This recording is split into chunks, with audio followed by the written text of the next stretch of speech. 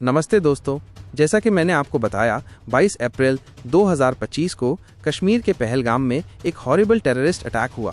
इस कायराना हरकत ने न सिर्फ बेसरन की खूबसूरत वैलीज को खून से रंग दिया बल्कि पूरे कंट्री को डीप शॉक में डाल दिया। आज मैं इस घटना के बारे में कुछ और डिटेल्स आपके साथ शेयर करना चाहता हूं ताकि आप इस ट्रेजेडी की सीरियसनेस को और अच्छे से अंडरस्टैंड कर सकें। यह अटैक, जैसा कि हमने जाना, पहलगाम से लगभग 5 किलोमीटर दूर बेसरन वैली में हुआ। ये एक ऐसी प्लेस है जिसे लोकल लोग मिनी स्विट्जरलैंड भी कहते हैं। अपनी अमेजिंग नेचुरल ब्यूटी के कारण ये टूरिस्ट्स के बीच बहुत पॉपुलर है। लेकिन उस अनफॉर्चुनेट डे ये शांत और ब्यूटीफुल प्लेस अचानक गोलियों की आवाज से गूंज उठी।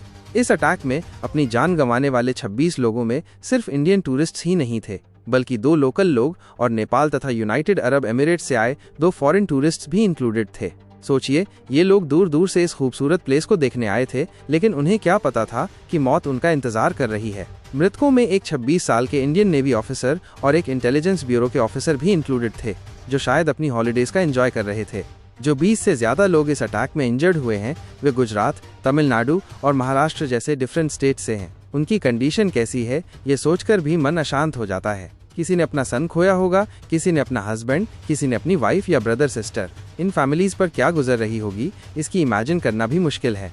इस अटैक को अंजाम देने वाले टेररिस्ट्स के बारे में जो इन्फॉर्मेशन सामने आई है वो और भी स्कैरी है। माना जा रहा है कि ये पाकिस्तान बेस्ड लश्कर-ए-तैयबा से कनेक्टेड एक group the resistance front TRF के टेररिस्ट्स का काम था। आई विटनेसेस के according 4 to 6 attackers military style uniform में आए थे और उन्होंने क्राउड पर अंधाधुंध फायरिंग शुरू कर दी। उन्होंने पीड़ितों के नेम पूछे और उनसे कलमा रीड करने को कहा।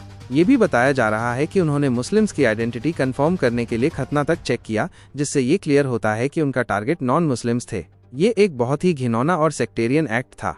ये प्लेस बेसरन वैली एक रिमोट एरिया है जहां इजीली रीच नहीं किया जा सकता। यही रीजन है कि शायद टेररिस्ट्स ने इस प्लेस को चूज किया ताकि अटैक करने के बाद इजीली एस्केप कर सकें।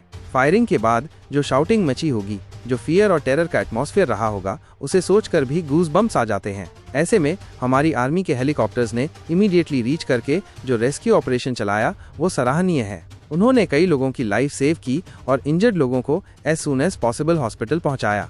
हमारे प्राइम मिनिस्टर नरेंद्र मोदी ने इस अटैक की स्ट्रॉन्ग निंदा की है और ये प्रॉमिस किया है कि कल्प्रिट्स को किसी भी कॉस्ट पर बख्शा नहीं जाएगा।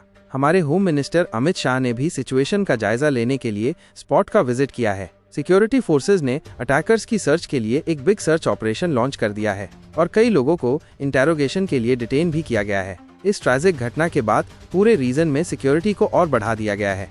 अब बात करते हैं इसके इकोनॉमिक इम्पैक्ट की। कश्मीर, जिसकी इकोनॉमी का एक बिग पार्ट टूरिज्म पर डिपेंड करता है, इस अटैक से बैडली अफेक्ट हो सकता है। रिपोर्ट्स के अकॉर्डिंग अटैक के बाद से फ्लाइट कैंसिलेशन के नंबर में काफी बढ़ोतरी हुई है और फ्यूचर बुकिंग्स में भी कमी आई है। सोचिए, जो लोग अपनी रोजी रोटी के लिए टूरिज्म पर डिपेंड हैं, उनके लिए ये कितना बड़ा शॉक होगा। टेररिस्ट्स का एम्बिशन सिर्फ लोगों को किल करना नहीं होता, बल्कि इकोनॉमी को भी हार्म करना होता है ताकि एरिया में अशांति बनी रहे। यह अटैक हाल के वर्षों में कश्मीर में सिविलियंस पर हुए सबसे डेडली अटैक्स में से एक है। इसने पूरे कंट्री में ग्रीफ और एंगर की वेव क्रिएट कर दी है। हम सभी को मिलकर इस टेररिज्म का मुकाबला करना होगा और ये इंश्योर करना होगा कि ऐसे घटनाएं दोबारा न हों। हमें पीड़ितों के फैमिलीज के साथ अपनी संवेदनाएं व्यक्त करनी चाहिए और उन्हें इस मुश्किल टाइम में सपोर्ट करना चाहिए। ये बहुत महत्वपूर्ण है कि हम एकता दिखाएं और टेररिज्म के अगेंस्ट एक साथ स्टैंड करें। हमारी गवर्नमेंट और सिक्योरिटी एजेंसीज को भी और ज्यादा सतर्क रहने की जरूरत है ताकि हमारे कंट्री के सिटीजन्स की सिक्योरिटी इंश्योर की जा सके। इस हमले के बाद भारत सरकार ने पाकिस्तान के खिलाफ कई कड़े कदम उठाए हैं। आइए जानते हैं क्या हैं वो 5 बड़े एक्शन। भारत ने पाकिस्तान के साथ 1960 में हुई सिंधु जल संधि को अस्थायी रूप से निलंबित कर दिया है। जब तक पाकिस्तान आतंकियों को पनाह देना बंद नहीं करता, तब तक ये समझौता आगे नहीं बढ़ेगा। भारत ने अटारी वाघा बॉर्डर को बंद कर दिया है, जिससे दोनों देशों के बीच होने वाला व्यापार और आवाजाही पूरी तरह से रोक दी गई है। सभी पाकिस्तानी नागरिकों के वीजा रद्द कर दिए गए हैं और उन्हें 48 घंटे के अंदर देश छोड़ने का आदेश दिया गया है। भारत ने पाकिस्तान से अपने कई राजनयिकों को वापस बुला लिया है और इस्लामाबाद स्थित भारतीय उच्चायोग की टीम को घटा दिया गया है। भारत में अब पाकिस्तान सरकार का आधिकारिक ट्विटर अकाउंट नहीं देखा जा सकता। सरकार के आदेश पर यह कदम उठाया गया है। आपका इस मुद्दे पर क्या कहना है? क्या भारत को और सख्त कदम उठाने चाहिए? कमेंट करके जरूर बताइए। वीडियो अच्छा लगा हो तो लाइक और शेयर जरूर करें और चैनल को सब्सक्राइब करना न भूलें। मिलते हैं अगले वीडियो में एक और अहम जानकारी के साथ। जय हिंद।